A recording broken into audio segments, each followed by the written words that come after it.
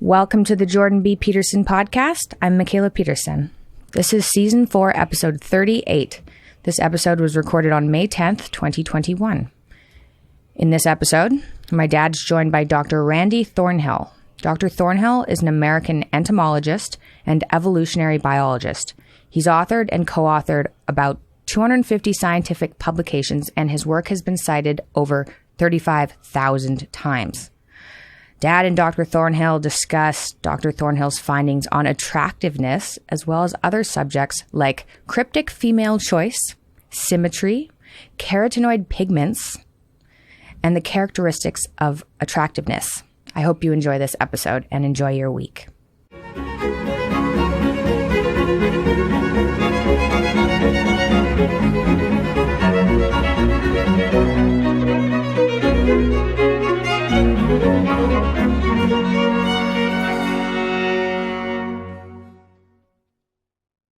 Hello, everybody. I'm pleased to have with me today one of the world's great biologists, Dr. Randy Thornhill. He's an evolutionary biologist and distinguished professor of biology emeritus at the University of New Mexico, with a primary interest in animal behavior and psychology, as well as human behavior and psychology. Dr. Thornhill and his colleagues have authored or co-authored about 250 scientific publications, including 4 research monographs or books. His publications have been cited in the scientific literature more than 35,000 times.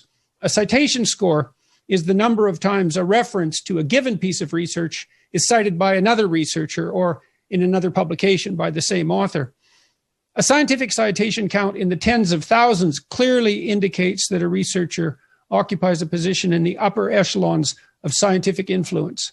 Dr. Thornhill is a founder of the research disciplines of behavioral ecology, evolutionary psychology, evolutionary aesthetics. That's the study of the experience of beauty from an evolutionary perspective, evolution and human behavior, the modern study of adaptation, and the study of sexual coercion. Dr. Thornhill, thank you very much for agreeing to talk to me today. Thank you for inviting me. Pleasure to be here. Thank you. Thank you. So I've come across your research a number of times in my career, struck by its originality and its impact. I'd like to ask you first about something I probably ran into, maybe it's 20 years ago, maybe it's 15, something like that. You did some work on the perception of attractiveness, bilateral symmetry, averageness, and sexual selection. Can you outline what you found and why? Yes, I did work some years ago now in human attractiveness, and that turned out to be very productive about attractiveness in general in animals. And one of the key traits that animals look at in judging physical attractiveness of partners, of mates, is bilateral symmetry. And a colleague and I in the early 90s came up with a way to measure facial symmetry in humans. It had been worked on before, but the measurements that they used didn't work. So we came up with a method that did work, measuring bilateral symmetry in the face. So that is the symmetry of the two sides of the face. Why is that important, and why is it a marker for attractiveness? It turns out that bilateral symmetry is a measure of developmental health. And so the organism, when it starts developing, it's designed by evolution, by selection, to achieve a bilaterally symmetric form. You can think of that. This is the case. When I say organisms, I mean all forward-moving organisms. All forward-moving organisms have adaptations, developmental adaptations, to achieve a bilaterally symmetric body because, first of all, that reduces drag.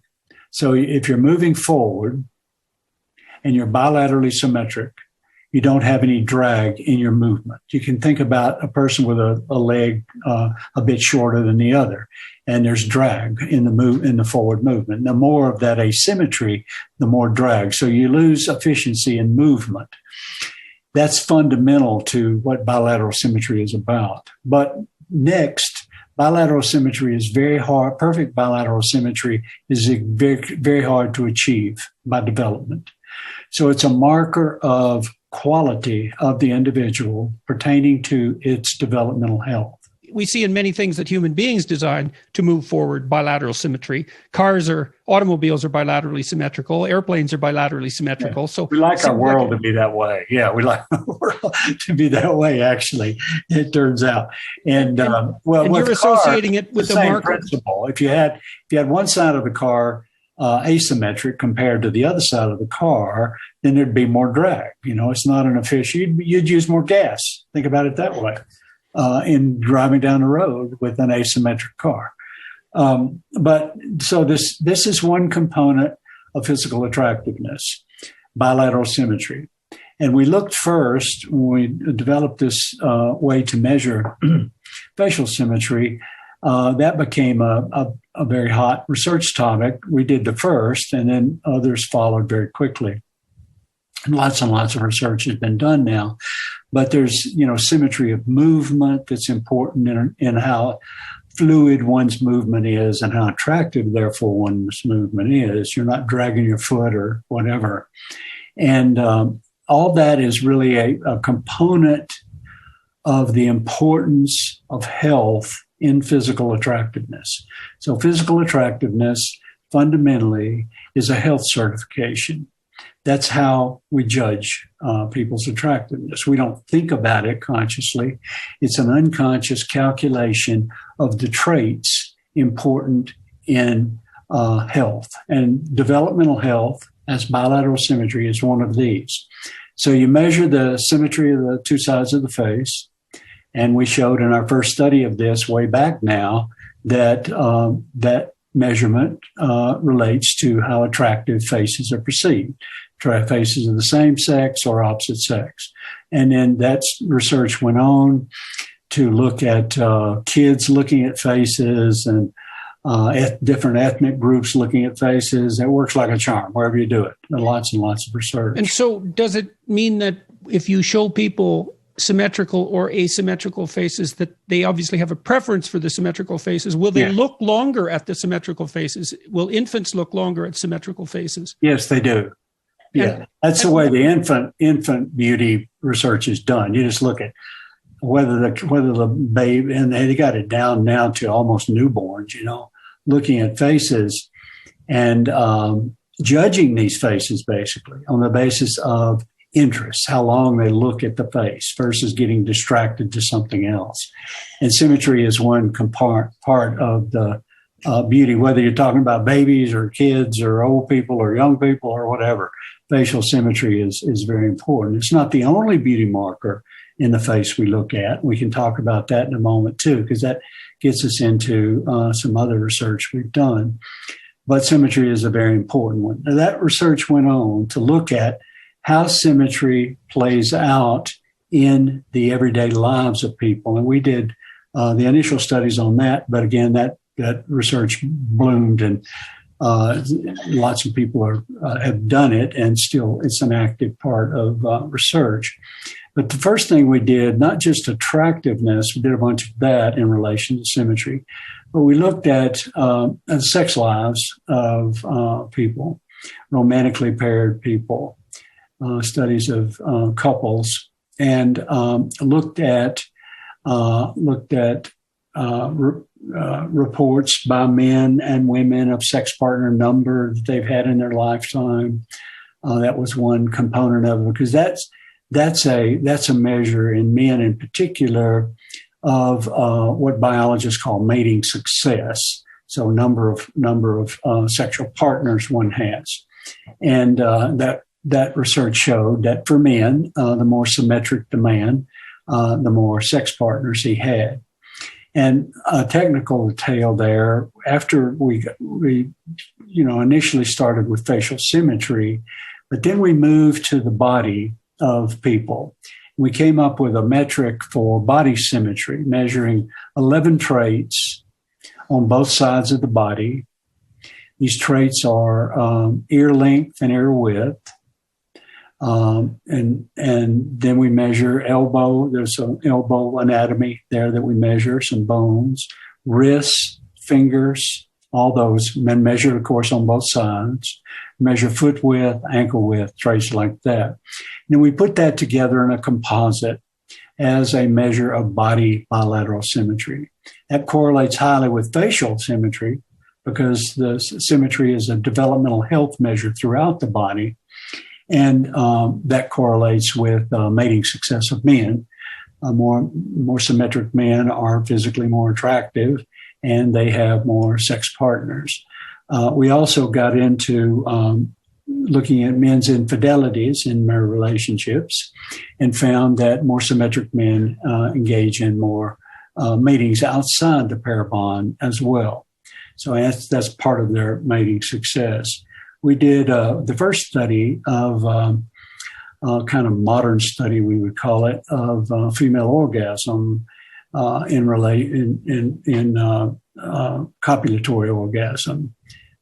So in part, looking at women, 200 romantically paired couples, and asking the women about their orgasm patterns during mating with their partner, and separately asking the men. And we found that the men's reports and the women's reports of frequency of copulatory orgasm by the women were very highly correlated. So men are paying attention to this phenomenon of whether the female is sexually aroused to the zenith level of orgasm, of course.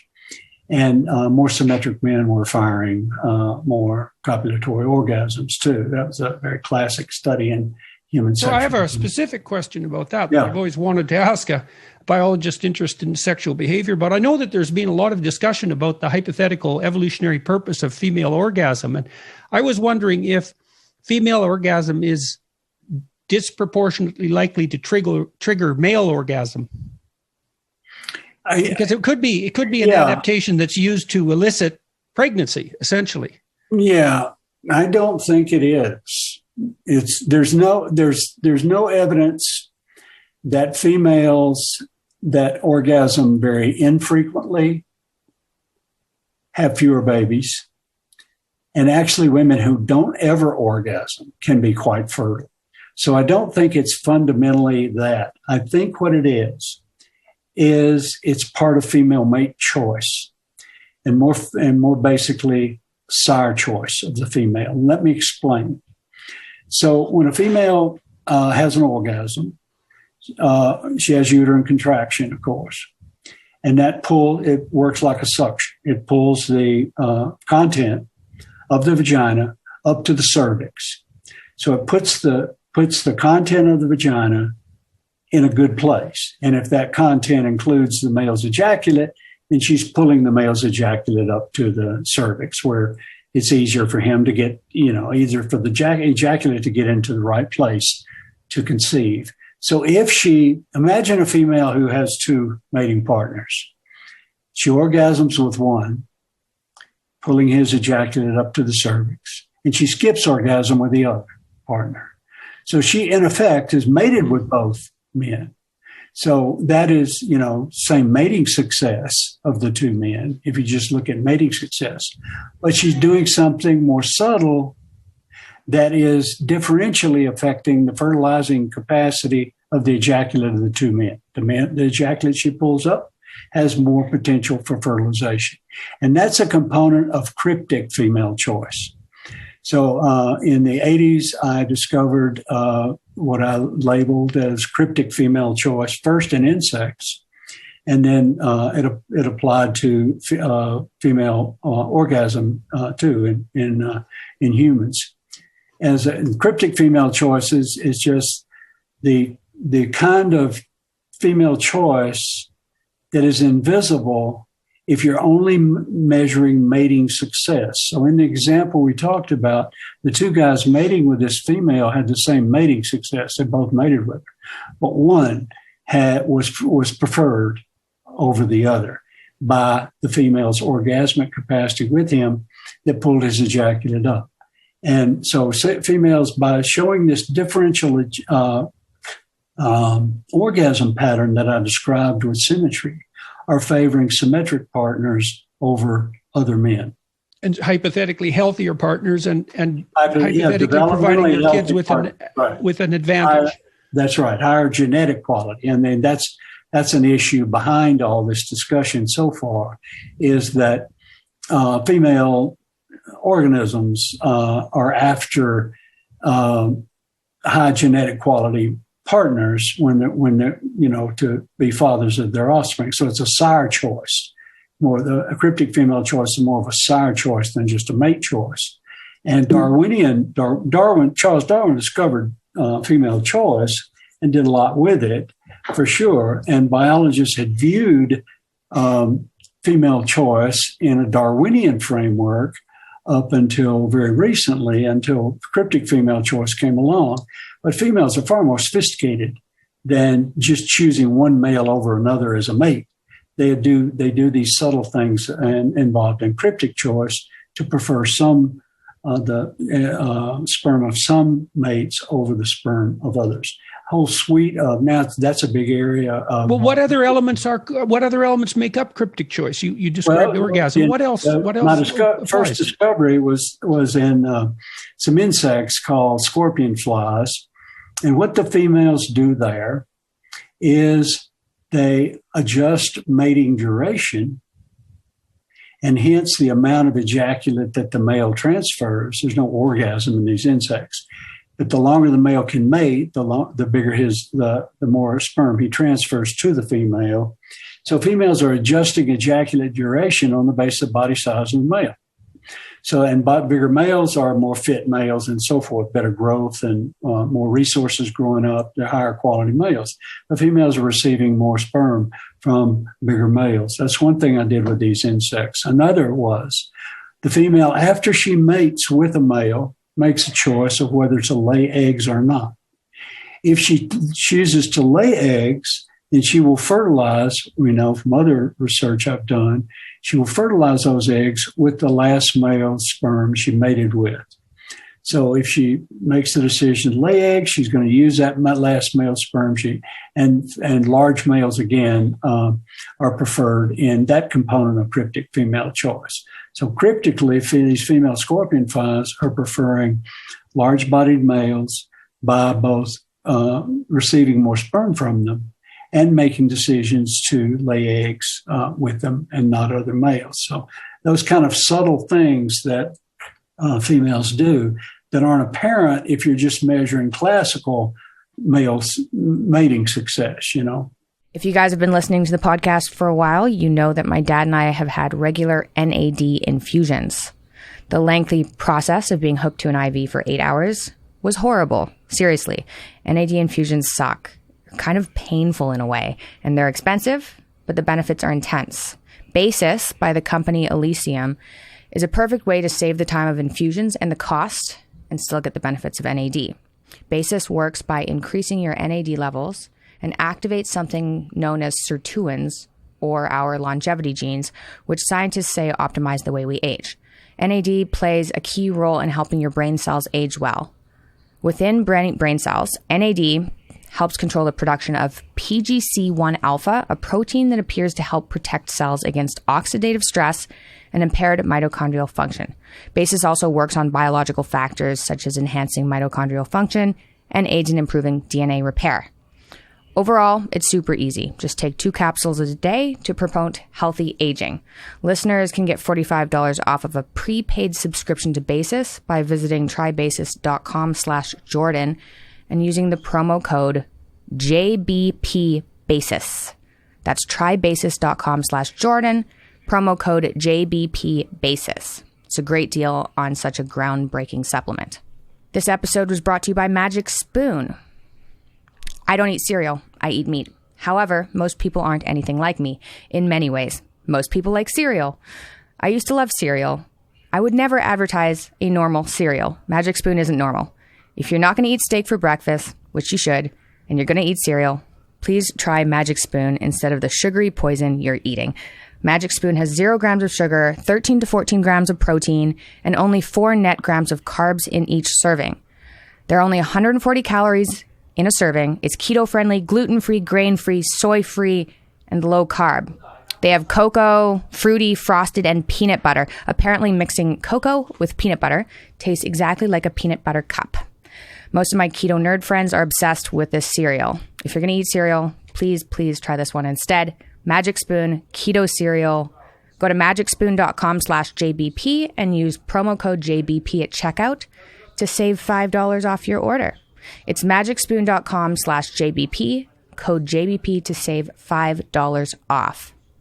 And is symmetry in human beings, is it associated with longevity? Is it associated with decreased probability of disease in the future? Is it associated with higher general cognitive ability? Like, are there other factors that... For cognitive ability, we did that research, and there have been 3 or 4 repetitions of our initial research.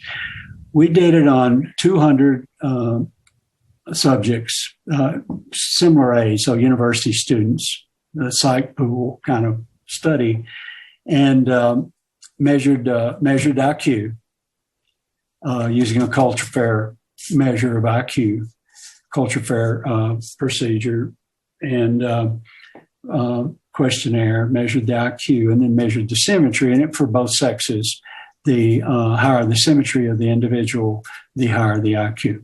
So, do you remember the size of the relationship by any chance? That one was about 0.3. It's a moderate relationship for IQ. There's measurement error in measuring IQ. There's measurement error in measuring developmental stability as symmetry too. We measured 10, 11 traits. If we measured 50 traits, presumably we get a correlation of say 0.8 with IQ. You know what I mean? There's all that measurement. Mm-hmm. And the IQ relationship would exist hypothetically because the healthier individual would be prone to a more favorable pattern of neurological development over the course of life history. That's the idea, exactly. Some colleagues went on to look at some brain features in relation to developmental stability of the outer body. So they did imaging, brain imaging studies to look at certain brain parts. Some brain parts are bilaterally asymmetric by design. So one bigger on one side than corpus callosum. Well, the corpus callosum is a tube, that connects the 2 hemispheres. That's just a size factor, but you can measure the size of that circumference of the corpus callosum as they did. And the bigger the tube, the higher the body symmetry of the person, bigger the corpus callosum. They measured a couple of other brain parts too, and showing that so you can talk about a modal directionality for an asymmetric trait. So there's a mode, the most common degree of asymmetry in an asymmetric trait. So like handedness and so forth. 6 is, the average person or the modal person is 60% right, 40% left hand use. You can measure deviation from that as another measure of developmental instability. And that was the kind of thing they did with the brain parts, these asymmetric brain parts. So that's deviation from averageness in a sense. In a sense, yeah. And modal, so you also did work on averageness and attractiveness. Did some stuff with the averageness, but we're really just to control it because you can do average facial features, nose size, eye size, lip size, measurements of the face. Right, and people have built composites of faces to produce average faces and had people rate them.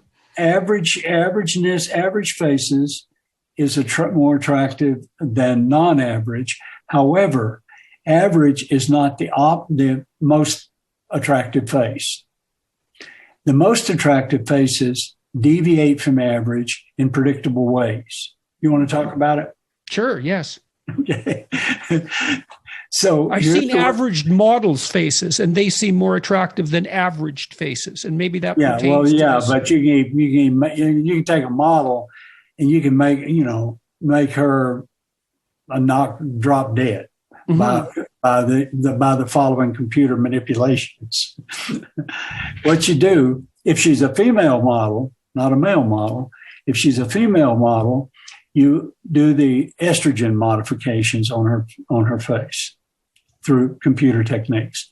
So you reduce basically lower face size, chin size, jaw size, those kinds of things that are under estrogen control during puberty and adolescence.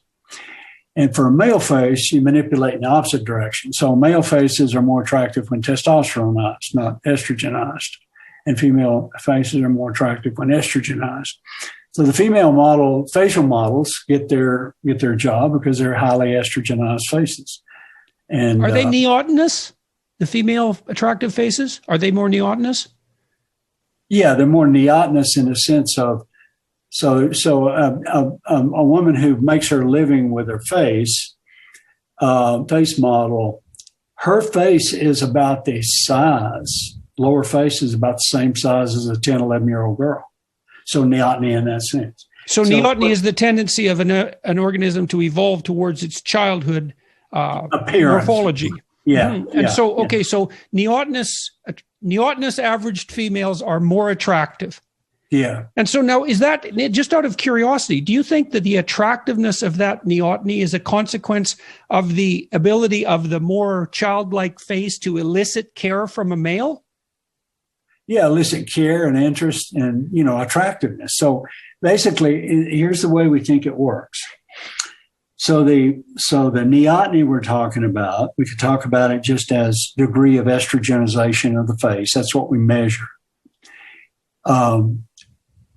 That is a marker of health in a different sense, hormonal health. So estrogen is fundamentally the fertility and reproductive capability hormone of the female mammal, estrogen. So the more estrogenized she is, the greater her fertility and reproductive capacity is. So that's what we're responding to in the physical attractiveness of a female. Is there an association between averaged neotenous faces and optimal waist to hip ratio? Yeah.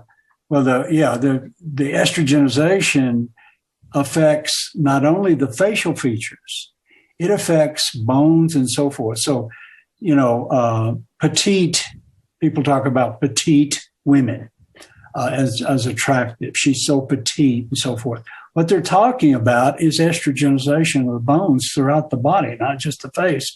But and that includes the waist-hip ratio is really a marker of degree of estrogenization of the female body. Low waist-hip ratio, so a small waist relative to a more expanded hips. The smaller the waist relative to the hips is a marker of estrogenization of the female body, and that again is a marker of female reproductive capacity through the estrogen effect. Yeah. And that's optimal at about 0.68. Is that research? Yeah, your underwear models, female underwear models, they're down. They could go as low as 0.66, but 0.68 you can be a model. Yeah. So what other elements of attractive? Okay, so a couple of things here. So the first thing that's really quite interesting is that your work points to, or this entire line of work points to a profound biological basis for the experience of aesthetic attraction, at least in relationship to the perception of other people and, of course, the perception of ourselves. Right. That's a tremendous amount of that's grounded in instinct, apparently. Yeah. And it's an instinct that's manifest so early that you see the preference for attractive faces, say measured by averageness, in newborns. Do you see the same preference for testosteronized males and estrogenized females among newborns, or has anyone looked at that? Yeah. Kids and down to very recently born kids have been looked at in terms of their judgment of men's faces too. And they're looking at testosterone features there. You could call it masculinity would be the common, but testosterone technically. And these features that grow under the influence of testosterone during puberty and adolescence in the male. And in the female, they're growing under the influence of estrogen. Basically, estrogen just capping the growth of those facial bones and the other bones too. But testosterone, along with growth hormone, promotes the growth of the same bones in the face and body of the man. And so babies are judging men's faces the same as you and I or a person off the street would. That's what the research shows. Yeah. This was promoted. There's a book called The Beauty Myth, for example, that purports to claim that conceptions of female beauty are, what would you say, arbitrary social constructions. What do you think about that idea? How powerful is the biological impulse towards aesthetic experience? It's the reality. The biological research I'm referring to has been so abundant since the really starting in the 90s that what really kicked it off was stuff we did initially on symmetry, and then researchers got into the hormone markers. Beauty markers involving hormonal health, and then most recently there's been another drive to look at some pigment issues in terms of a beauty marker, a carotenoid pigment in particular. But it's all health. It's all health. And the beauty myth gal, I forgot her name. Naomi Klein. Yeah, right. That was just blank ideology, ranting. Yeah, had nothing to do with reality. And then there was enough known about sexual selection processes and animals to cast that idea in doubt. But since then, it's just it's right. Well, because you see the preferences that you've been describing, you see analogs of those and variants of them across the entire animal kingdom. And you see the preference in newborns. So it's pretty hard to construct a social constructionist view of the aesthetic experience of attractiveness, given all that information. Right. Well, the first study on symmetry that I did, the role of symmetry in sexual selection, competition for mates and mate choice, that was done on insects. At the same time, unknown to me, a Danish biologist was studying barn swallows and tail symmetry in barn swallows. And we co-discovered this the role of symmetry in sexual selection independently. He was working on barn swallows in Europe. I was working on scorpion flies. And then I got into humans too. But and then following that, biologists working on all kinds of critters, looked at the symmetry paradigm in their favorite study animal. And I think by 1997, 98, there's 75 species of animals that have been shown in which symmetry plays an important role in the sexual selection system of the animals. Yeah. So it's very robust, to say the least. So fundamentally, we find we use markers of attractiveness for across both sexes to indicate general health, and more than health, is it also an indicator of general competence? It's associated with general cognitive ability. What about personality markers? Has anybody looked at that? Like, are people who are symmetrical, are they less likely to be high in negative emotion, for example? Or we looked for it. The guy did most of the research on sex and symmetry in humans. He's a psychologist and works in a psychology department. I'm a psychologist too, but I don't work in a psychology department. But and we got right into looking at personality, thinking it might correlate with personality, and nothing. And others have tried it too. So symmetry is not a part of the personality paradigm. Yeah. Yeah. Well, it's not obvious that there's an optimal personality. Perhaps that's part of it, is that there seems to be niches for personality that are useful for all sorts of different personalities. I mean, it looks, all things considered, like higher general cognitive ability is better across multiple domains, but it's not so obvious with personality. So maybe that's part of the reason that's not so robust. I was wondering more with sensitivity to negative emotion, because I thought maybe that less healthy people would be higher in trait neuroticism, and that might show up with symmetry, but you haven't found anything like that. No, we didn't find anything that was convincing there. I see what you're saying, though. That would be a reasonable prediction to get into. And in the personality domain, we can get into that when we start talking about the parasite stress. Yeah, so let's move into the parasite stress theory now. Before we do, let me just summarize the beauty thing in 2 minutes.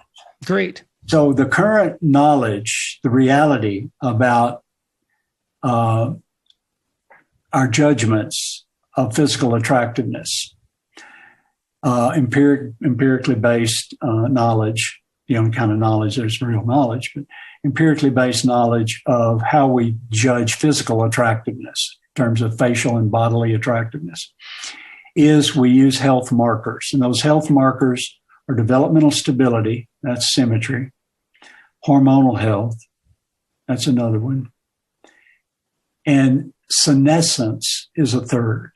So as we age, we lose attractiveness, of course, and we lose function too. And so we pay attention to age and senescence effects when we judge attractiveness, of course. So symmetry, hormonal effects, and senescence. Then the final one, the most recent marker of physical attractiveness that has been discovered is the carotenoid pigment thing, and it's pretty wild. So carotenoids you can't make. Animals don't make carotenoids. We get them from diet. We eat carotenoid-based foods or animals that have eaten carotenoid-based food. So we get all of our carotenoids, and the carotenoids are very important in metabolism. So fundamental to metabolism, you got to have a lot of carotenoids. If you've got a lot of carotenoids, then you've got excess carotenoids, you put those carotenoids in your skin, and they're the yellow colors in skin, and the yellow tints in skin, and doesn't have anything to do with what your racial background is or whatever. There's yellowness in the skin of African Americans, Caucasians, or whatever, Asians. There's yellow pigment there. The degree of yellow is important in attractiveness. We assess it when we look at faces. The more yellow, the more carotenoid the person has, the more excess the carotenoid the person has, can put it in their skin. And what carotenoid says is that you have to have a healthy gut to absorb carotenoid. It's fat soluble. You can't absorb fat if your gut's sick. So it's the yellowness in skin is a marker, another marker of health that we use, and that's only been discovered in the last 15 years or so. As a health. From what foods are carotenoids derived? Your fruits and vegetables, they're full of carotenoids, so you want to eat a lot of those, and you get. So, is it also a marker of your ability to provision yourself? Well, that too, but you can provision yourself with anything. And, it doesn't show up in your skin. Right. So, but that's not a higher quality marker of provisioning then. It's a sign of metabolic health. Right. Mm-hmm. Yeah. If you're healthy, body looking and stuff, that's a good indicator. But this is specifically related to your overall gut health and So is it reasonable to say now that we know enough about the biology of attractiveness that we could build an optimally attractive form purely based on the scientific data pertaining to health markers? Yeah. That's what you do. We'd look at ankle measurements and symmetry, and we look at waist to hip ratio.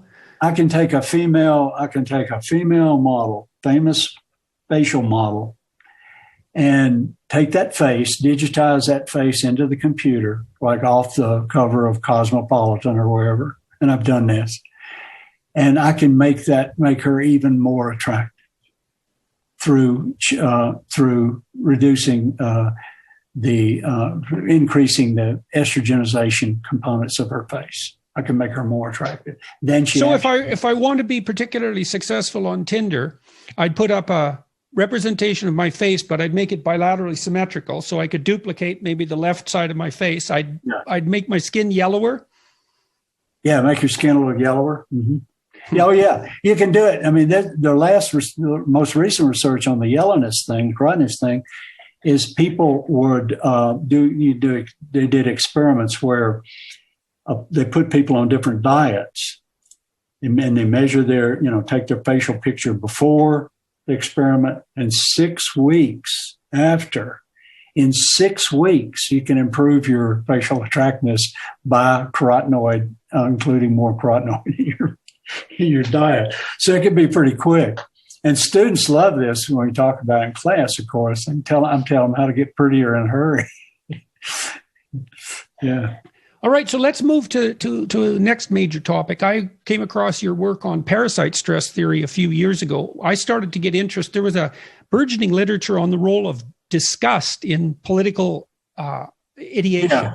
And I ran across your parasite-stress theory. And you were looking to begin with at the relationship between parasite stress and values. And so maybe we could delve, first of all, into what parasite stress is and how you would study that in relationship to value and why you would ever think to do that, because it's by no means obvious. Okay. So the parasite stress, what we call the parasite stress theory of values. We also call it the parasite stress theory of sociality. Is a scientific theory about how people get their values. So the causes of people's values. And the theory is a theory about both proximate causation and ultimate causation. So in biology, there are two general categories of causation, proximate and ultimate. Proximate causation has to do with causes of something that occurred during the lifetime of the animal. Events during the lifetime that cause whatever effect you're looking at. That's proximate causes. Ultimate causation has to do with causes in the deep time past, evolutionary past. So ultimate equal evolutionary, proximate equal causes during the lifetime of the individual. And this theory of parasite stress theory of values is both a proximate and ultimate theory about how we get our causes. So let's start with the proximate level of causation of our values and what I mean by values. So that's kind of a big topic. If you look at the history of research on values, it is very large, but we could and almost unbounded, what psychologists have called values. So a value would be something like rank-ordered preference, if we're going to define value itself, right? Because we have to choose between things, and we choose value. Those things. That's value. Okay, yep. So we were talking about the value people place on looking at one face versus another. That's a value. That's a preference. Right, and they'll donate more attentional resources to high-value faces because attention is a marker of value. Right. But we can talk about what psychologists have called values and the study of values. And that's a big area of research, values research. And the history of it and all is really, really cool. But anyway, we could sort of bound this discussion of values in what political scientists refer to as values. And what they refer to as values is the political dimension of highly conservative to highly liberal. So it's a continuum of values. And you can measure a person's values. They've worked hard to come up with ways to measure a person's values. You measure a person's values, you can put that person on that continuum somewhere. Everybody can be put on that continuum from psychometric procedure, questionnaires. So the political scientists have done values that way. Cross-cultural psychologists have done values in terms of collectivism and individualism, that dimension, with collectivism, high collectivism being low individualism, high individualism being low collectivism. And it turns out, if you look at these two dimensions, so one from psychology, collectivism, individualism, one from political science, conservatism, liberalism, they correspond. So high collectivism is conservatism. High liberalism is individualism.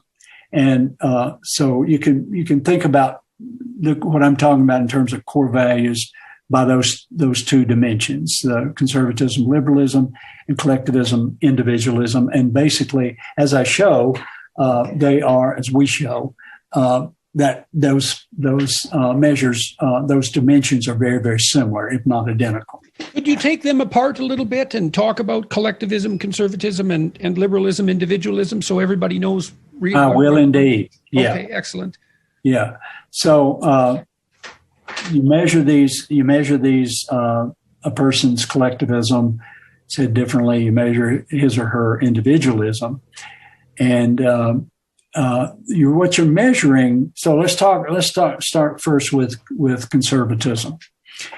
So a conservative person has there's subcomponents of this value system. So the person believes importantly in traditional things, and parochial things, local. Also, the person is relatively xenophobic. If conservative people are relatively xenophobic, and xenophobia is fear, dislike, avoidance of stuff on the outside, foreigners, people, new ideas. So xenophobia has a neophobia component. Neophobia means phobia about the new. So you like traditional stuff. You don't like new, you don't like foreign. That's a xenophobia component. So conservatives have the xenophobia, the traditionalism, parochialism. They also are high in ethnocentrism. Ethnocentrism is a preference for people like you, your in group. You define your in group. That starts with your nuclear family, but then extends to the extended family and others with like values, like you. So that's your ethnocentric component. And another component of conservatism is liking to just stay home. So philopatric, love of where you're born. You just stay there your whole life and so forth. Under highly conservative, in highly conservative cultures, you don't move much. So that's conservatism. And then the antipole of those values really characterizes individualism or liberalism. So instead of xenophobic, you're xenophilic. You like people that are different from you. You're comfortable with other kinds of people, even if they have different values, even if they have a different color, even if they believe differently. You're more comfortable with those than you are if you're conservative. And ethnocentrism is low under individualism, in more nuclear family oriented than extended family oriented. And your in group is really composed of people with all kinds of different beliefs and maybe colors and so forth, backgrounds, as an individualist or liberal. And you're more prone to moving around. You got frontier spirit, movement, and adventure, and going new places is a good idea. You got a passport if you're liberal. So those are some big differences between the two poles. And is it how much is that? Do you suppose, is it preference for familiarity versus preference for novelty? Is that at the core? No, that's at the core. That's part of the neophobia. You could put that under the neophobia. So the fear, avoidance, dislike of new, and that can be new ideas. It can be new types of folks. It can be new discussions. All those kinds of things are avoided, and it's just most generally it characterizes outside. Okay, so let me ask you a really specific question about that, because you could think about that two ways. You could think about that as avoidance of the unfamiliar and dislike of the unfamiliar, or you could think about it as marked preference for the familiar. And then on the other side, you could think about it as marked preference for the novel, rather than it being, is it against something or for something, or is it both on both sides? It's both. I mean, the against can go all the way to hate, under high xenophobia, hate, and even, we get into how conservatism and traditional societies and so forth promotes intergroup aggression, warfare. So the point where you not only hate those outsiders, you want to kill them. So you have both components that there, the outgroup, the avoidance, as well as the interest in socializing with people that are like you. Yeah. Okay. So now we've got the values dimensions nailed down, and so on to the parasite stress idea. Yeah. So when you start looking at conservatism, let's start there. The connections to parasites jumped out at us, and let me try to explain. So, with xenophobia, you want to avoid those people over there that are different from you, and that's tied to a very fundamental part of host-parasite coevolution. So the way host-parasite coevolution works is that it's ongoing and it's antagonistic, and the parasite is trying to evolve to eat the host. The host is evolving defenses against the parasite, and that continues in forever. You never get out of your host-parasite coevolutionary race. So you get this coevolutionary race between hosts and parasites, and much research shows how localized those coevolutionary races are, geographically localized. So you get different strains of TB in different neighborhoods in a big city in Morocco, for example. It's geographically very localized, these host-parasite coevolutionary races, which means that locally you're relatively immune to the parasites. But the parasites on the outside, and those people on the outside, in the outgroups, those parasites you're not immune to. So that's why you have xenophobia. It is a way to avoid foreign parasites that you're not evolved to deal with immunologically. That's a xenophobia component. So that's contamination. It's avoidance of contamination.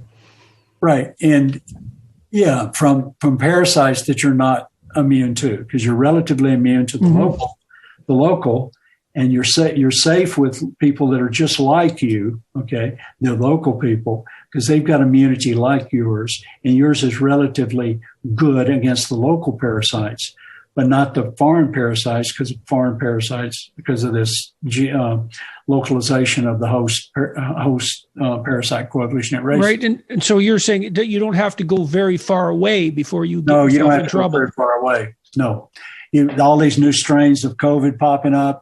There are going to be lots and lots of strains, and you hear about some of the strains now. There are 8 or 10 or something like that, but they're popping up, and there are more of them. The surveillance on this new strains is pretty limited so far.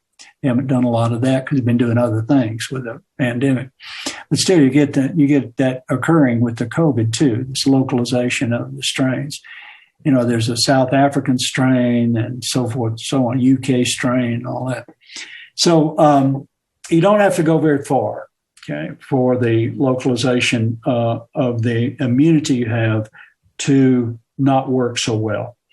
And that's where the philopatry comes in too. So philopatry, you just stay home. You stay home, you interact with people that are immunologically like you and therefore are safe, relatively safe, rather than dispersing to interact with foreigners and the habitats that may contain these parasites you're not adapted to. So that's the philopatry component. The ethnocentric component is related to, so when the diseases come, you want to have a lot of local social support. So you have all these ties with extended family and so forth. That's your social support. And in ethnographic societies, traditional societies, anthropologists have done a lot of research on how important it is to have kin that will help you when you get sick. That's the only way you can make it. You have kin and kith and friends locally that help you. That's the ethnocentric part. Right. So if there's a high probability of illness occurring, then you're more dependent in reality on your closest network, your kin and your friends, your close friends. Exactly. The higher the parasite stress is in a region, the more likely those parasites are going to come eventually. And so you got to have that social support that's important for dealing and getting through, you and your family getting through the parasite crunch. So that's why the ethnocentrism, philopatry, and xenophobia components. And those have, the component, another part, subparts of that we talked about, openness to experience, new experiences, and all that. That's part of really neophobia. Right. So there's a personality. So I got a couple of specific questions about that for you. So the best predictors of conservatism from a personality perspective are openness to experience, low, and one aspect of conscientiousness, which is orderliness. Now, I noticed in your research, you looked at extroversion and openness together. Yeah. And you saw that the more collectivist/conservative types who are protecting themselves, according to parasite-stress theory, from contamination, are likely to be more introverted and lower in openness. And that means less exploratory in general, because those two things together seem to maybe make up exploratory behavior. But there is good personality data showing that the orderly part of conscientiousness is also a predictor of conservatism. And that I don't know if there's been any data, because that's a more micro analysis in relationship to conscientiousness. Nobody's looked at that component, but absolutely, orderliness is very fundamental to conservatism. You want order. Disorder is chaos from the standpoint of a conservative mind. You want order in everything. Yeah, and chaos is, I've thought, and this is interesting too, because maybe we could talk a little bit about the emotions that are elicited here. So for the longest time, I had been thinking about the conservative collectivist viewpoint in relationship to novelty in two manners. One is that the more conservative mind doesn't get as much of a positive emotional kick out of novelty and exploration. Right. Because that's fundamentally motivating if you have the personality type that's associated with exploratory behavior. But then there's this idea of phobia too, like neophobia. But conservatives aren't higher in neuroticism. And that's really a striking finding, because if anything, it turns out that at least under some conditions, liberals seem to be higher in trait neuroticism. Yeah. But there's a role of disgust that seems to be under-examined. And is the neophobia a consequence of fear, or is it a consequence of disgust, which seems more tightly associated with immunity as opposed to, say, fear? Yeah. Well, you can get prejudice toward an outgroup that has fear components and disgust components. I mean, you can be absolutely disgusted. How the conservative person who has to interact with an outgroup might even have the disgust face, how to discuss it. But it's also I think you see that with food, for example. Yeah, right. Mm-hmm. You get it with food, or any kind of pathogen threat can evoke disgust, just the emotion of disgust. In a person, and the more conservative they are, the more likely to get the actual disgust reaction. Yeah, well, in disgust, moral violation, rotten food, dirty toilet, all that stuff. Yeah.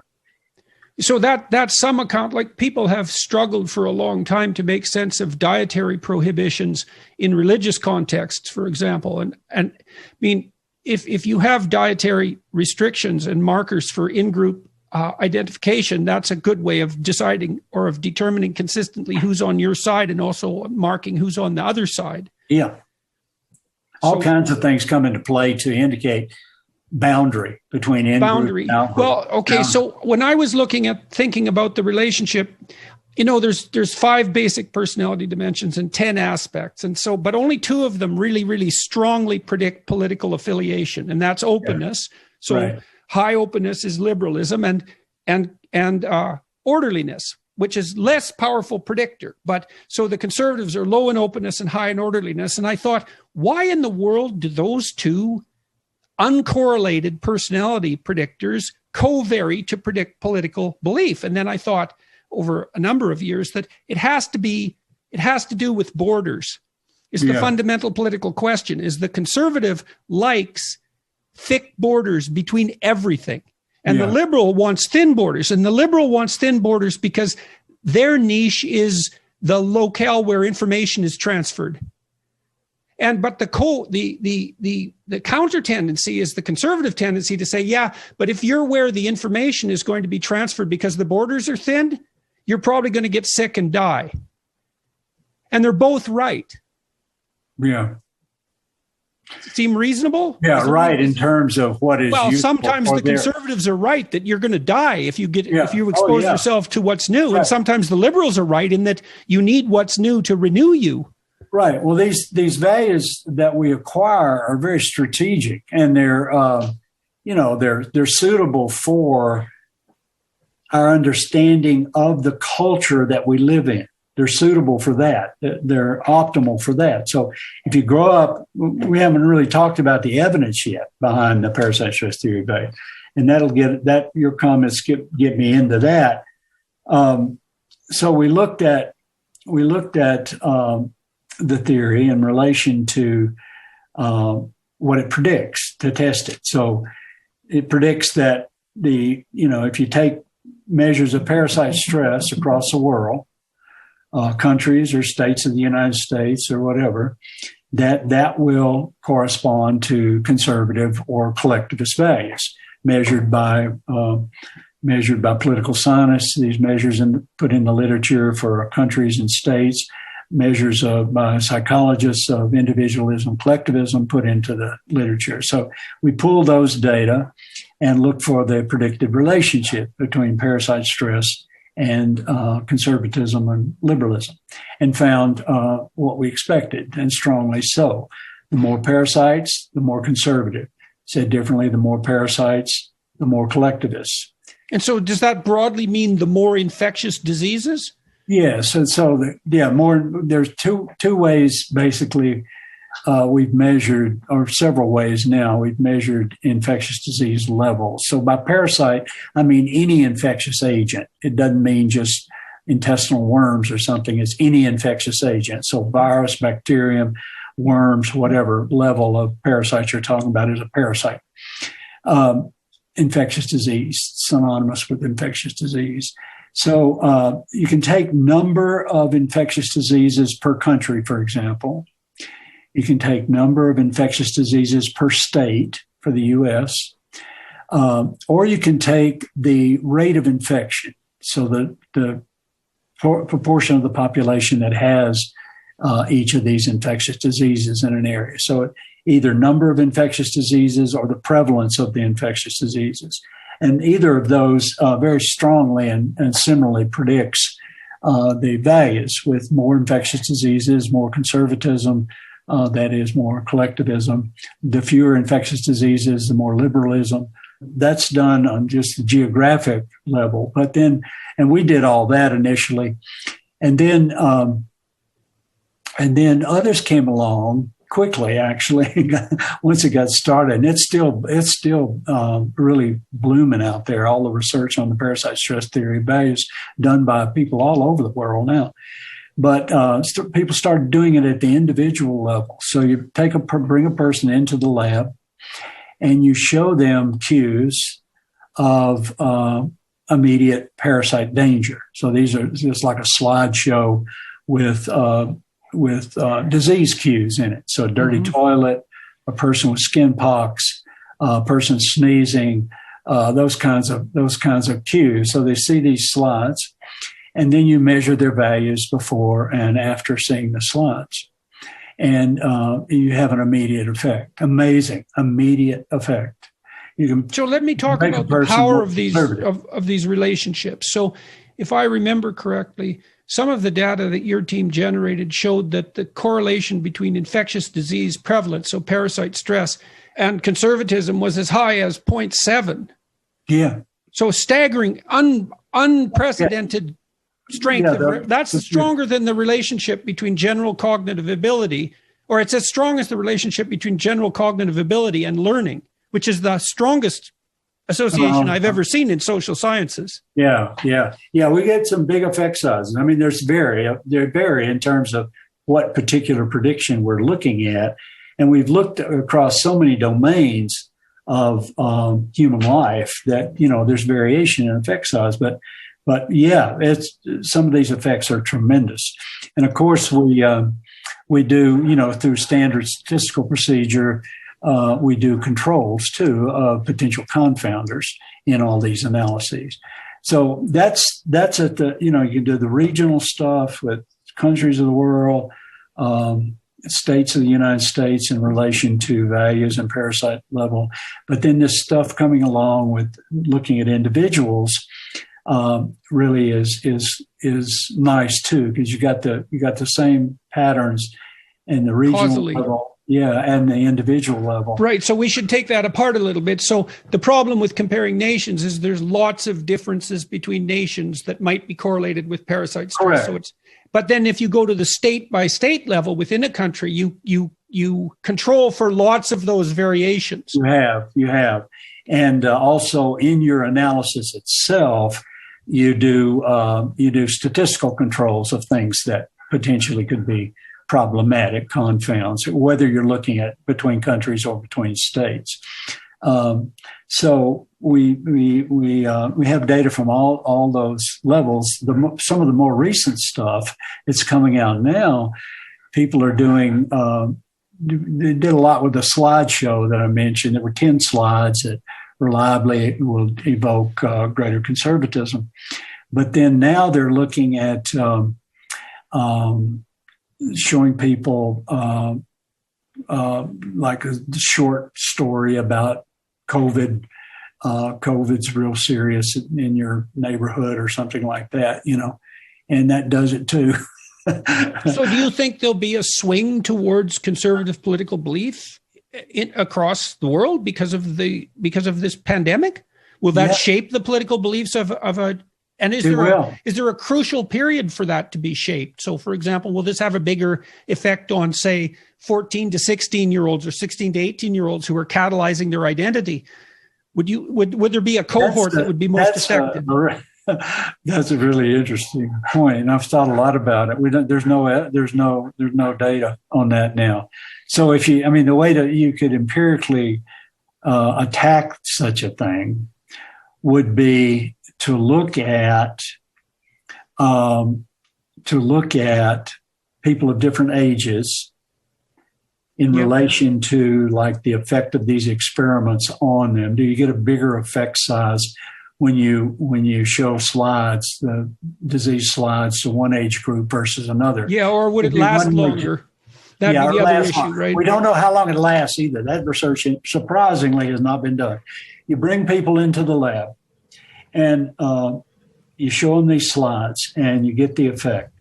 Also, one nuance of that is if you measure what we call the perceived vulnerability to disease, that's a 14-item questionnaire that's validated and measures a person's concern about infectious disease, and that's an individually variable thing. More conservative people are, the higher their score on that, of course, and worry about infectious disease. So people that are high on this going into the experiment show a bigger effect when they see the slides. They shift more in terms of degree of conservatism. Do you know if there's any effects of personality on that? So if that hadn't been looked at, it hasn't been done yet. But there would be some covariance there because the people that are high and worry about infectious disease are basically conservative people. So they're going to have less openness to, new things and more introversion and all that kind of stuff.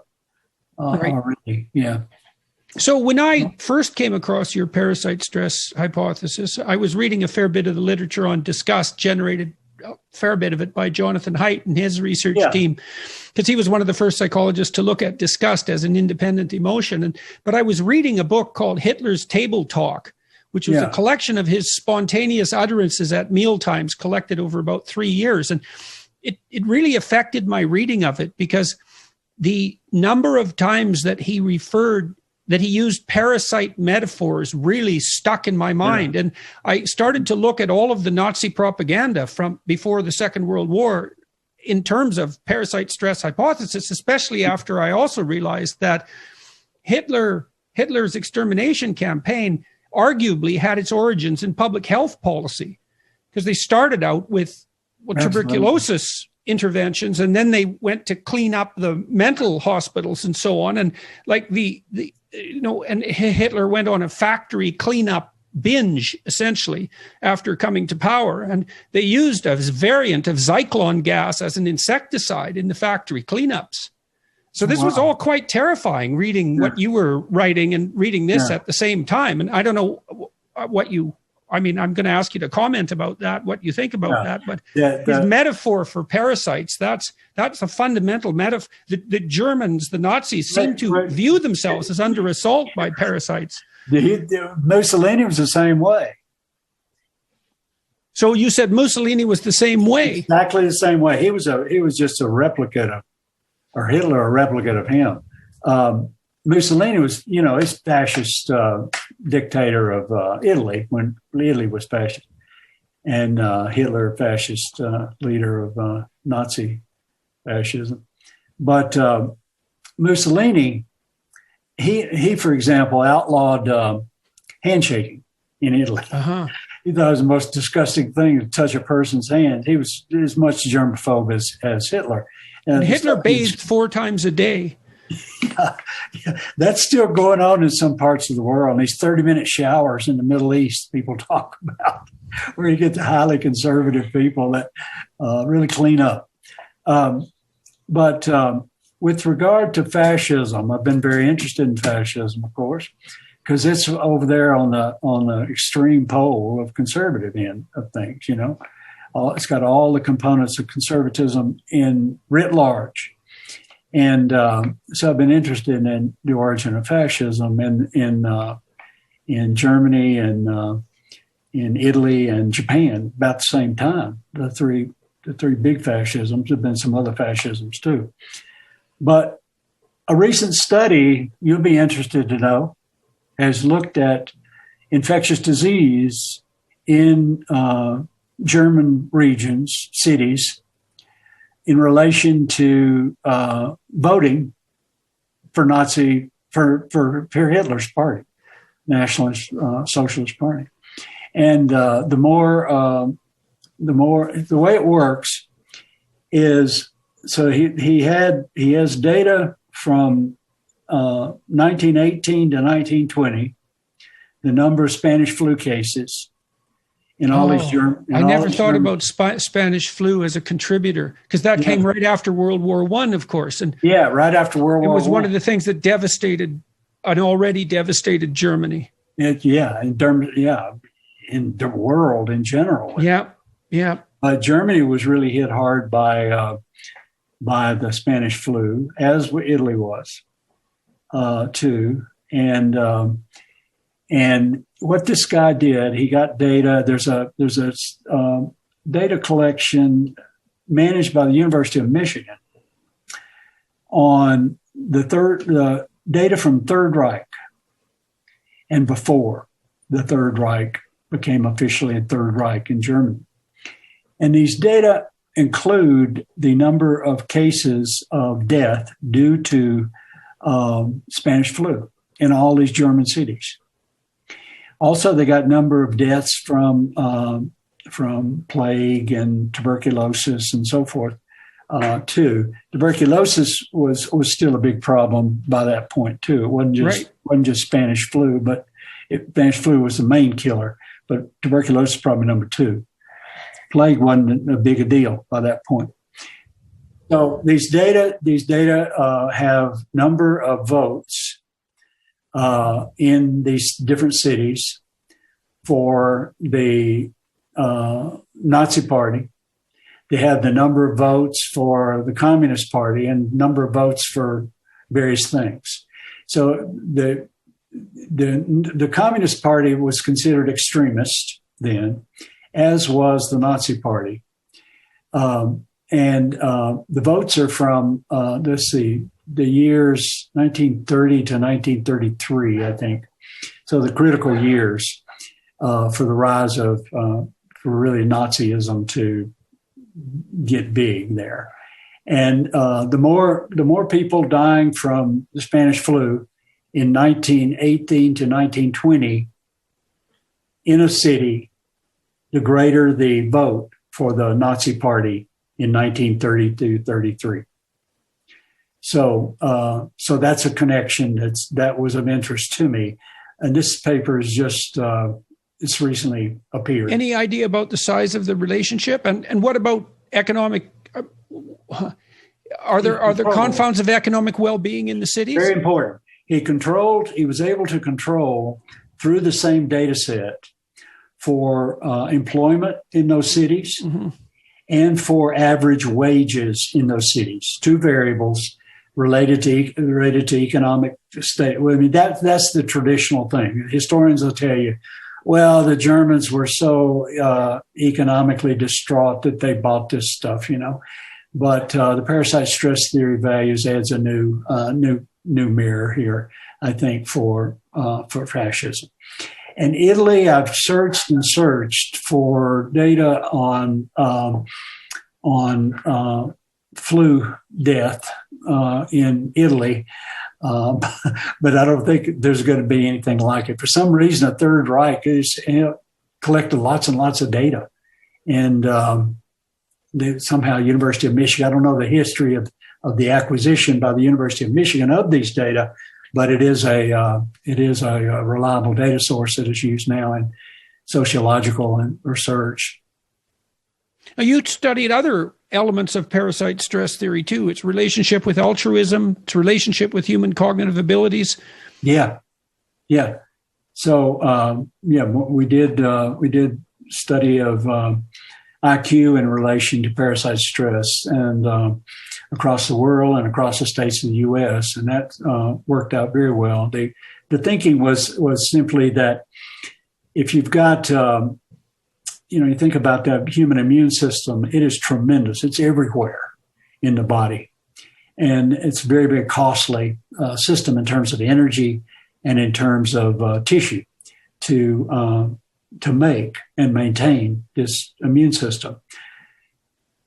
Humans have this huge brain too, very sophisticated nervous system that is very costly. So we assumed that these 2 components of the body, immune system and nervous system, would trade off. And so under high infectious disease, you got to make a good immune system or you're going to die. But that's going to cost you in terms of neural development and so forth. So we predicted that more infectious disease, lower IQ. Predicted it for across regions of the world, countries and states. And so we went to the IQ literature, which is massive. That's a big topic in psychology, as you know, study of IQ. And there were data for essentially all the countries of the world. And there were data for the states. And we pulled those and looked at the predictions. And the predictions were met for both across national predictions, about 0.8 between parasite stress and IQ. More parasites, lower IQ, about 0.8. For the U.S., it's about 0.7 U.S. states. 50. Within states? Yeah. Between the 50 states. You take average IQ. Okay, so let's pull back just a bit for everybody. I mean, it's important for everyone who's listening to realize just how important a role infectious disease actually plays in the shaping of human evolution, cultural evolution included. So, for example, there are estimates, correct me if I'm wrong, Dr. Thornhill, but there are estimates that 90 to 95% of the native inhabitants of North and South America died as a consequence of contact with Europeans because of the transmission of measles, smallpox, and mumps primarily, although they were also prone to many other diseases that were brought in by the Europeans who had lived in tight packed cities, often with animals as close companions, had what would you say, exposure to a wide variety of extremely toxic diseases, developed immunity, but then brought those diseases to the New World and basically decimated the entire population. Right. So this is a non-trivial event by any standard. The Europeans, by the time they started moving out of Europe into the New World, the Europeans, they had all their diseases, but they had relative immunity to lots of respiratory diseases, turns out. And so they brought all that stuff over here and killed most of the native New World people. Yeah, great. Because I had read that when the Pilgrims hit Plymouth, the natives were desperate to see them because they had lost so many people they couldn't harvest their crops. Yeah. Yeah, it was a mess and continued to be a mess a long time. Yeah. Right. So when isolated populations of human beings have come into contact in the past, the upside is the trading of cultural resources, essentially. And that can be a tremendous upside. But the downside is the exchange of infectious diseases. That's right. And we're caught between those two an opportunity and a catastrophe, which present themselves simultaneously. Yes, openness and just liberalism is great.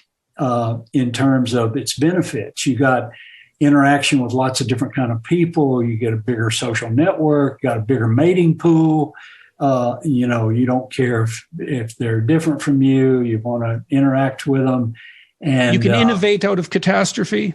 Yeah, new ideas, innovations coming from the outside that you can use locally. But that'll only work under low infectious disease because we get high infectious disease, all that outgroup contact and interaction will kill you.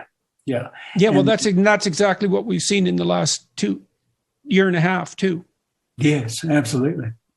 So we're right in the middle of it. We're right in the middle of it.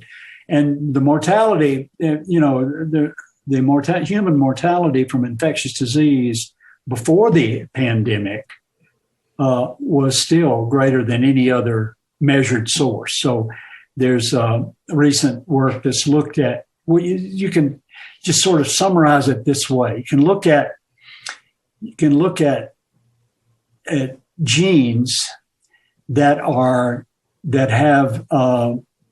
play known roles in human life. So there are genes associated with immunity. And those have been described by immunologists, which genes are involved.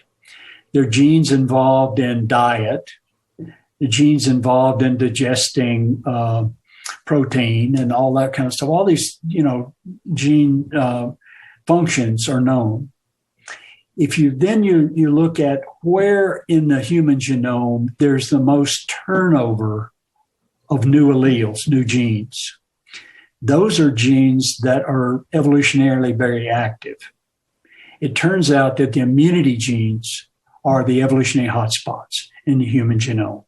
And that says there's more mortality from infectious disease than from other measured problems that humans face. Most mortality still is from infectious disease. That was done at 50 sites, human sites throughout. So that provides evidence that that's actually the worst threat facing the worst threat constantly. Still, yeah. Hence its powerful effect on such things as values. Yeah, absolutely. Absolutely. It's the main mortality factor. And if you look at the anthropological evidence about the importance of infectious disease versus other things, there's a lot of evidence for that. A nice review recently that some people did. But infectious disease is the main killer of infants and older children in the ethnographic records of, traditional societies. Infectious disease is the big one. Next is infanticide. That's number 2, where parents kill their kids strategically because they can't raise them under resource limitation, or the kids are sick or whatever. Infanticide is very common. That's number 2. But infectious disease is the main killer. So here's some radical ideas, I suppose, because reading all this, learning this. Okay, before we go there, let's do one other thing. Main objections to the theory, practical and empirical. What I read a paper recently, and I'm afraid I can't cite it in detail, but it'll serve as an example, claiming that with proper control for technological development, the causal or the effect of parasite stress on political belief vanished. Now, you cite many, many papers in your books and in your papers, so I'm by no means saying that this is a canonical study, but it's very useful. This is a very, very, very, very provocative theory. I mean, it upends in some sense. My sense when I first encountered it was that it upends almost everything we think about politically. And so what's the saying that extraordinary claims require extraordinary evidence? We've got to look at the counter evidence too. So what do you think are the main weaknesses of the idea as far as you're concerned, and how have you addressed them, and have they been successfully addressed? Yeah, we've addressed them as they have come out, and the parasite-stress theory of values has gotten, when it first came out, it got so much attention that attracted a lot of people to try to falsify it, and that's the way that works in science. Yeah, thank God. So we went through that. We went through that phase, and now all the research is looking at very interesting spinoffs in productive ways of the parasite-stress theory, and no criticisms have come out recently. But the kind of thing you're talking about, where it's really a modern things and so forth, right, that controls our bad. That's an old idea in the literature that basically people just get more modern, they get more liberal, and so forth. And we take that on in a number of ways. And the one way I'd like to you might be interested in, we look at the cultural and social revolution of the 60s and 70s in the West. So what happened, and I was there, you had a liberalization of values, basically, is the bottom line. But you had more, the women's movement started then. There was a sexual revolution, same time. Right, which AIDS put a terrible crimp in, another infectious agent. Yeah, and ethnic groups, minority groups that had been ostracized and so forth, got more attention, positive attention. There was democratization of law, voter laws, and all that changed. So it was more than just, people talk about that time as the sexual revolution time, the 60s and 70s, but really it was a much broader social revolution involving human rights, increasing human rights and liberties, basically liberalization. So what the hell happened? Well, here's what happened. It was infectious disease changes that began in the 20s that led to all these liberals in the West in the 60s and 70s. And these infectious disease changes are so the control of infectious diseases like malaria. Yeah, bigger than that. It started out in 1920 with chlorinated water. That started in the West. We're talking about the West. The rest of the world didn't change. They didn't go through the social revolution. Many places in the world still haven't, because of disease levels are high. All of Africa, basically, much of Asia. But 1920s, chlorinated water started in the West and quickly spread throughout the Western world. By the Western world, I mean U.S., Canada, Western Europe, Australia, New Zealand, those places. So chlorinated water, and that knocked out lots and lots of infectious disease. Put a little chlorine in public water. Also in the 20s began some systematic garbage collection. Before, people just threw the garbage out in their alley. Sewage treatment plants started then too, and there was more indoor plumbing starting in the 20s. Now let's jump to the 40s. 40s, big changes with regard to emancipation from parasites. Had child vaccination programs that began in the 40s. Also antibiotics, first good antibiotics right after World War II, 1945, in the 40s. So this was really, by that point, a new world in terms of lowered infectious disease compared to the world that all generations of humans had experienced in the West prior to the 20s and 40s. There were some antibiotics in the 30s, but sulfa drugs and so forth, but they had terrible side effects. So the real good antibiotics didn't come along until the 40s, and broad spectrum kind of antibiotics. And of course, that spread so rapidly that the use of antibiotics that they quickly saw resistance to antibiotics popping up, the evolution of resistance in parasites. Yes, which is a serious problem we have now, because we have diseases that are resistant to almost all the broad spectrum antibiotics, even in combination. That's a looming catastrophe, which we should obviously pay attention to. Right. Arms race between the parasites and the drug companies now with that. So up to the 40s. And then also in the 40s, you had insecticides coming along. Good insecticides, chlorinated hydrocarbons and organophosphate insecticides that killed pest species, including mosquitoes. So vectors, important vectors of disease in the West, mosquitoes. So they knocked out malaria, knocked out yellow fever with that, and so all that was going on to emancipate people. And then the generation two later, you get the rise of liberalism throughout the West. So all these liberal young people growing up in a relatively disease-free environment by all these health interventions became the hippies and so forth. They were healthy enough to be free. Yeah. And so that does really raise the question again of what this COVID pandemic and the lockdown is going to do to the political temperament of the West, or the world for that matter. But it's a particular change in the West because we're not accustomed to this sort of thing anymore. Right. So it's so interesting because, of course, I've thought of the liberalism revolution being a secondary derivative of the birth control pill, which was a biological revolution of immense magnitude. But I hadn't ever considered in depth.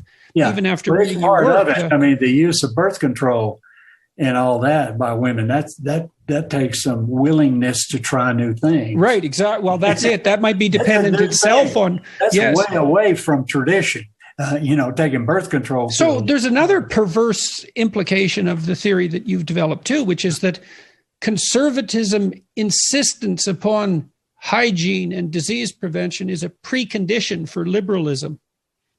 If it's successful, right? So it's in some sense the conservatives are battling off the disease so that people can stay healthy. But the consequence of that is as soon as that they're healthy, they become liberal. Yeah. God, isn't that something? Well, I think you can look at it like this.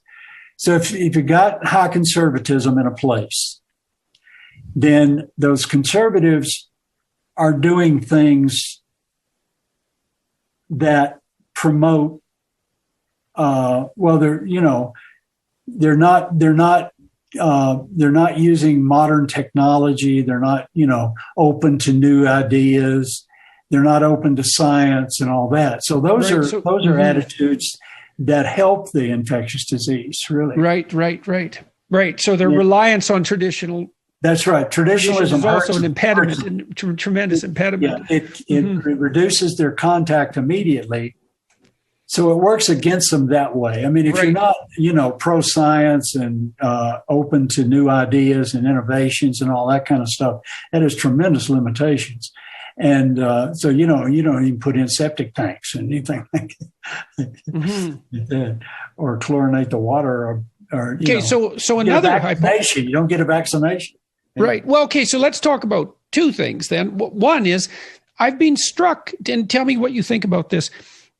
The COVID has become a politicized issue in Canada and in the US, but it doesn't seem to have happened the way you might have predicted if you were relying on parasite-stress theory, because it seems to be that the conservative types are the ones who are objecting most strenuously to the lockdowns and to the inoculations, whereas the liberal types, I mean, and maybe I'm wrong about this, but seem to be more in favor of restrictions of movement and so on. And that actually, I can't get my head around that exactly. Yeah, no, you're right. That is the pattern, and that's been studied now. And there's some papers on it. And here's what's going on. I think in the U.S. in particular, the conservative government at the time, when COVID was getting off the ground, the Trump administration was very negative about COVID. I mean, he called it a hoax and all that, didn't believe it, and no problem. And so that is the authority. We need to talk about authoritarianism, because this is where it comes in. You have the king, Donald Trump, saying that it's no problem. This disease is no problem. And it's just going to go away. It's a hoax and all that kind of stuff. And that is the word from God, basically, to highly liberal, highly conservative people.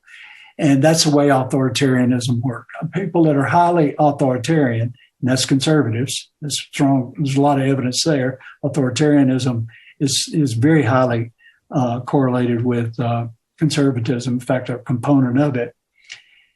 The more authoritarian the people are, the more likely they will follow these guys that they label as their leader, and to the point that they'll follow them anywhere. They'll follow them off a cliff, basically, as they did in Germany, as they did in Italy, and as they did in the United States during this COVID thing. So you believe that what happened was that the evidence that there was, in fact, a dangerous epidemic was rendered non-credible. And so the conservative tendency to prevent the disease didn't kick in. That's right. Exactly. So and do you think that's a good enough? What prevented it was the authoritarianism that conservatives are carrying.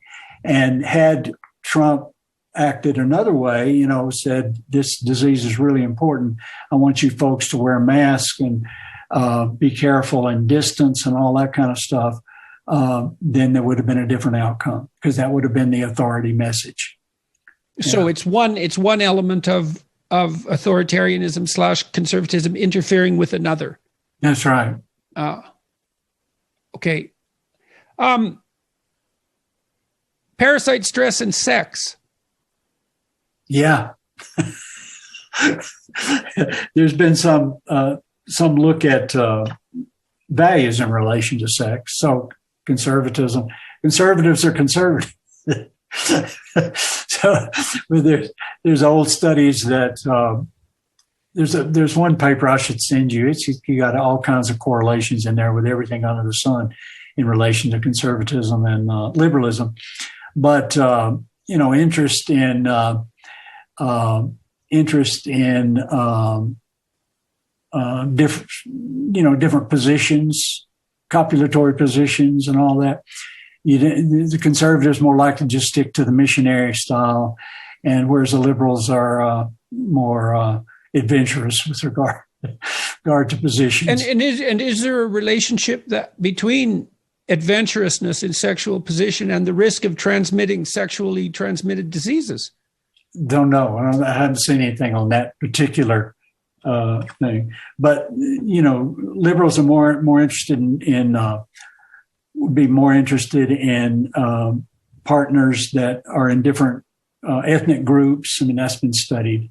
You don't limit your sexual interest just to your in group. If you're liberal, you're happy with people of different color and different backgrounds and all that kind of stuff as sex partners. So those kinds of things have been done with regard to sexual behavior. We did we did the variable social sexual orientation. It's a variable. It's validated in psychology, and it measures really a person's attitude about promiscuity or sex without commitment. You could call it sex without commitment, and that varies among individuals.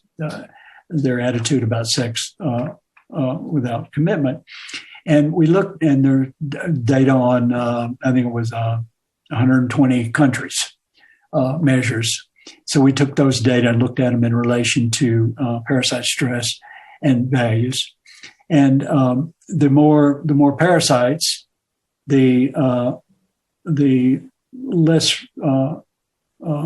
less interest that women show in non-committal sex. So the more parasites. And that's mediated, I presume, by a cultural response to the presence of the parasites. Yeah, right. That's conservatism. Yeah. And have any studies been done that are analogous to the political studies where people are shown images that are reminiscent of parasitic presence and then asked about their sexual preferences with regards to monogamy or uncommitted relationships? No, that hadn't been done. No, that hadn't been done. Now, there's a PhD thesis for someone. We just took the SOI data, social sexual orientation inventory data, for men and women across these countries and looked at it in relation to parasite stress and values. And as I mentioned, as infectious disease increases, women show more restriction. And it's women specifically? Women specifically. The effect for men is not reliable. This is not very big and probably not even reliable, statistically significant. But for women, it's highly significant. The more parasites, the more restricted women are. And that goes along with conservatism. So with conservatism, there's a sexual purity and protect the jewels kind of attitude that is instilled by conservative culture in women.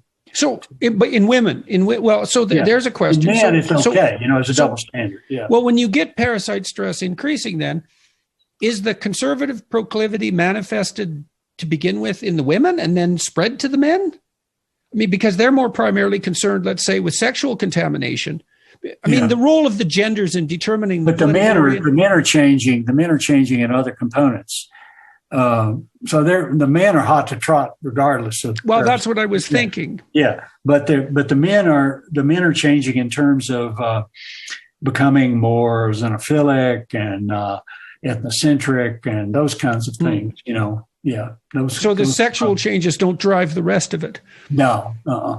Okay, because changes in sexual behavior often drive changes in other phenomena. It can be important. Yeah. Mm-hmm, mm-hmm. Yeah. You also write about parasite stress and religiosity.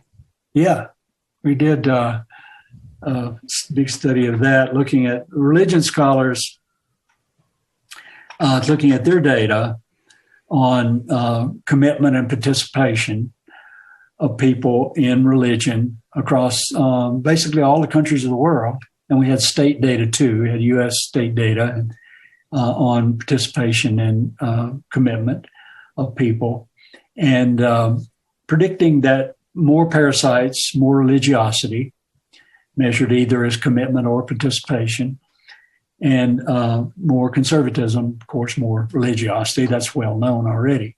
More conservative people are more. And then those would be traditional markers of religiosity, like such as church attendance, rather than spirituality per se. Number of times a month you go to church, and stated commitment that you have. Do you believe in the local religion? That kind of thing.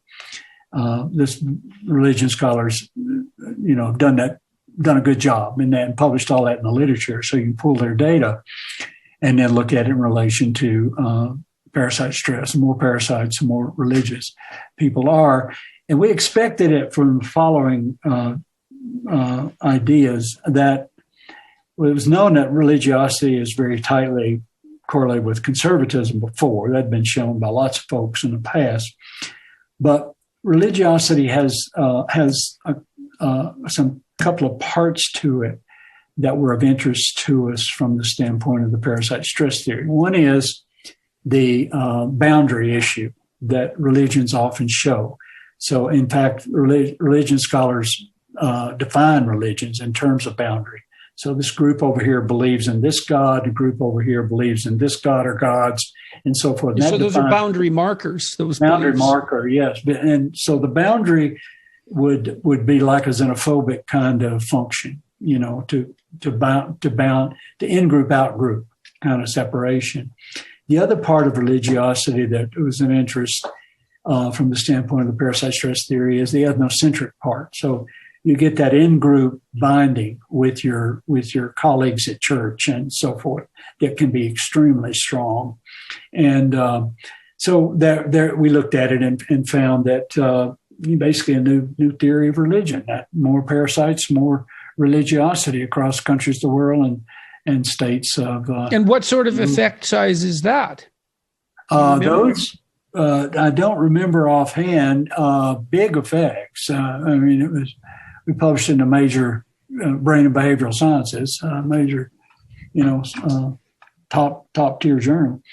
But again, you could, back to your earlier question about showing people these immediate parasite threats, the slides or some other way that they're manipulating that now. They're doing all kinds of things with that, and see if people believe in God more or something like that immediately. That would be cool. Yes, yes, it would be. And you change a person's belief in spirits by that. Well, you also wonder too if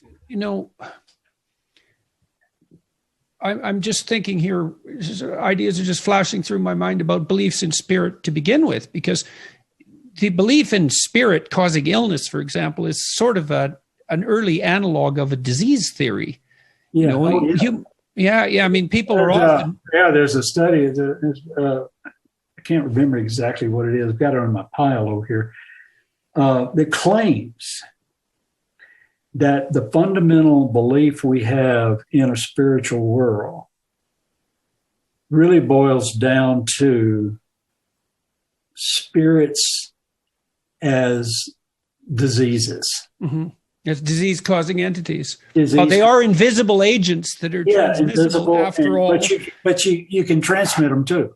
Yes. With the evil eye and all this other stuff in cultures that suggest transmission of this spirit. And of course, before the germ theory, before parasites were known to cause disease, it was all invisible. So spirits feel that, and witches, as witches as channels for the evil that these spirits have. That's part of it too, and the Inquisition and so forth and so on. All that's real cool stuff. And everything that's unknown. Right, because boils down to a disease. Right. And they were right. The disease was killing everybody, most of the people anyway, So, yeah. Well, that was all actually too interesting. I guess I'd like to close with this. So you've been studying this a long time, and it's very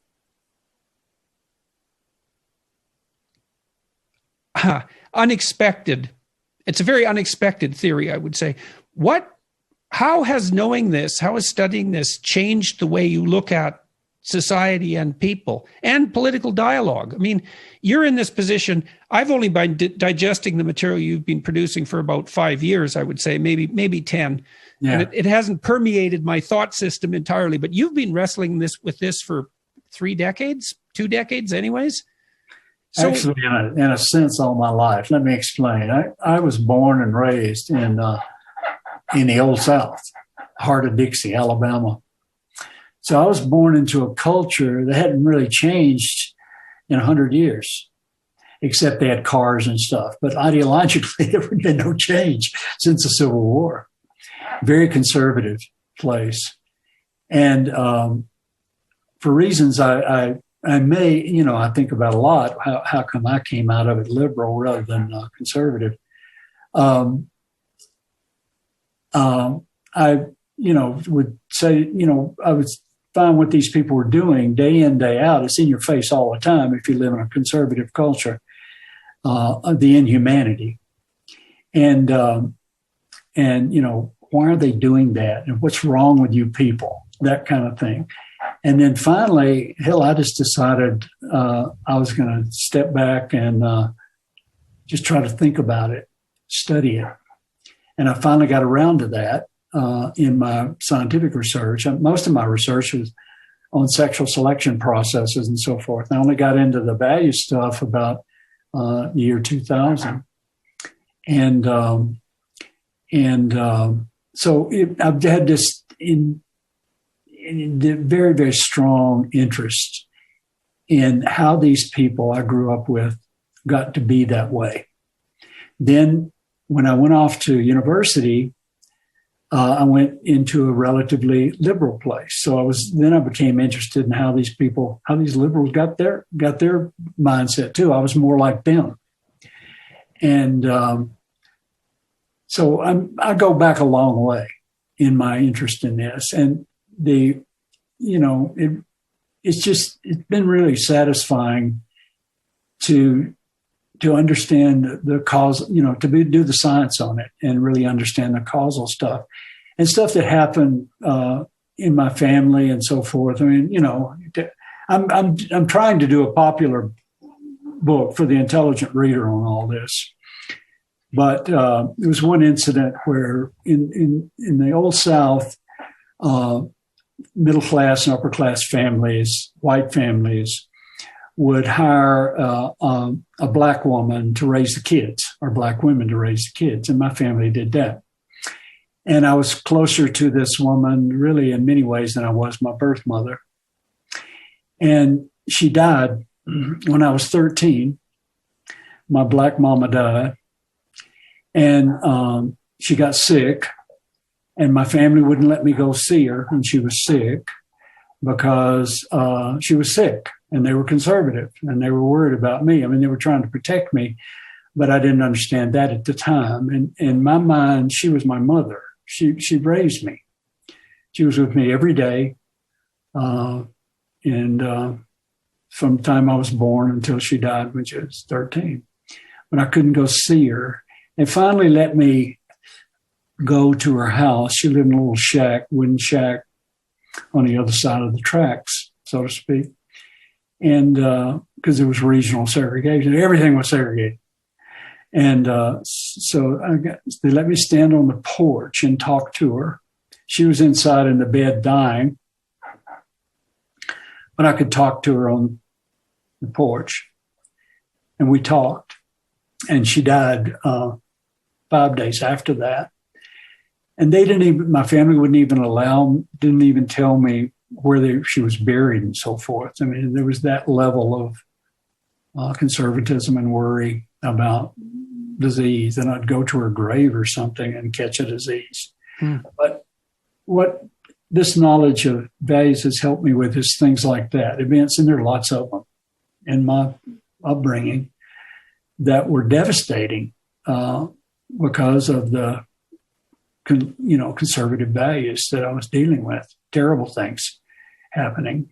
And so I think that's one thing that really has sparked my interest in values.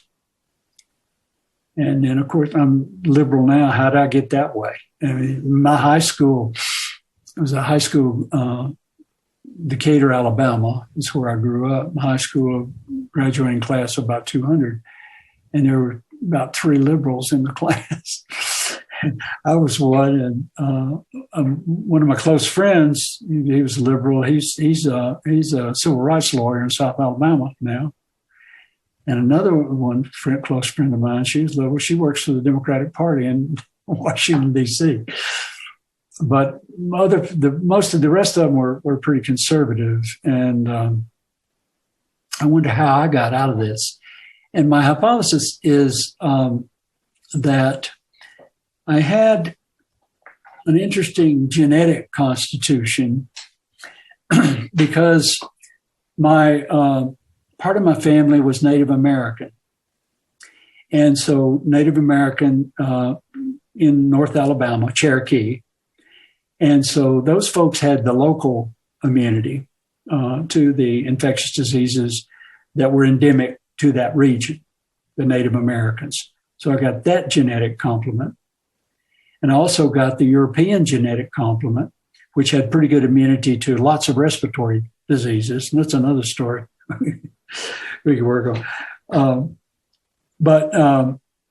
So I got this odd genetic complement, Native American plus Northern European, the Thornhills and Northern European, and that reduced my interaction with infectious disease growing up. So, like, unlike the kids around me, I didn't have all those ear infections. I didn't have all those eye infections growing up, and unlike most of my friends. And so I think that's it, because I think that's part of the ontogeny, the developmental background of the values. That is, you're growing up, and how often is your immune system activated, and how long is your immune system activated when it's activated. That's part of the developmental background that we propose for values. If your immune system is activated a lot, then you end up conservative. If not, you end up liberal. So I think all that is part of my interest in this too. Yeah. If I'd been born somewhere else, maybe I'd have never gotten interested in values than in the Old South, Well, I think that's a really good place to end. I don't want to end because there's like 50 other things I'd like to ask you, but that's been great talking with you. Well, Thank you. And it's so interesting. Your research is, like I said, it's too interesting, actually. You suggested some good experiments too. I'm going to think about it. Yeah. Well, they're causal experiments, and they're all actually relatively straightforward. I'm supposed to be retired now, but I'm trying to do this popular science book. And it'd also be interesting to see if there's any relationship between even self-reported prevalence of amount of time ill during childhood and adolescence and trait openness. There is a scientific study of illness, 2 studies of illness during childhood. Reported illness during childhood is one of the studies, and some components of conservatism. I don't remember if the openness is there, but some, and that works. And then there's another one where they looked at actually health records of children who then became adults. You have adults, and then you have their health records, and they did that and showed that the less health the kid had as a child, the more conservative they were later. So that kind of stuff is out there. So then, okay, so maybe we could let me ask you what you think about this. When I first came across your work, I thought, is it possible that the human race could rescue itself from the worst excesses of the kind of conservatism that degenerates into malevolent fascism, essentially by wiping out infectious disease? I think the answer to that is straightforward, yes. Jesus, yeah, absolutely. I want to emphasize that the parasite-stress theory of values and sociality is a scientific theory, and hence it doesn't make any moral judgments about, it doesn't say conservatism is more moral than liberalism or vice versa. It's scientific theory. No value judgments involved there because it's scientific theory. But if one wanted to change the values of the future of people, then you have to know, of course, what the causes of values are. That's the way you change things. Causes of things, and you can change them. Then, if you wanted to make the world more liberal, you would reduce infectious disease. Well, you could say, let's imagine you wanted to make the world a place where the cost for the free exchange of ideas and people was dramatically reduced, so that the countervailing tendency to that was unnecessary. Yeah. And the catastrophes that might go along with an excess of that countervailing proclivity. The most effective way forward would be to eradicate infectious disease. Right. And so, right. And then you'd have the benefit of eradicating the disease, which would be non-trivial, plus you'd have the political benefit. People be healthier, lower morbidity, and healthier throughout their lives. And also they'd be open and, sort of reaching the goal of the true enlightenment, which was all about, freedom of thought and individuality, science, knowledge, all that stuff. Right. All entirely laudable goals, except when the cost becomes too high. Yeah, when diseases are out there. Well, so I've been talking to people like Bjorn Lomborg and Matt Ridley and I know there are people who have a positive enlightenment view of the future and are having a hard time, in some sense, along with the rest of us, generating something like, what would you say, a noble vision for the future that moderates could get behind and be motivated by. And it certainly seems, in light of this discussion, that, and of what's happened with COVID-19, et cetera, and the fact that infectious diseases are still a primary killer, and not only that, crippler of people all around the world, and that they contribute radically to all sorts of political instability, that one thing we could all agree on would be that less infectious diseases would be better. Yeah, absolutely. Absolutely. And, I have a pretty positive view of the future. Like you've I noticed on your website that you interviewed Steve Pinker. Yep. Buddy.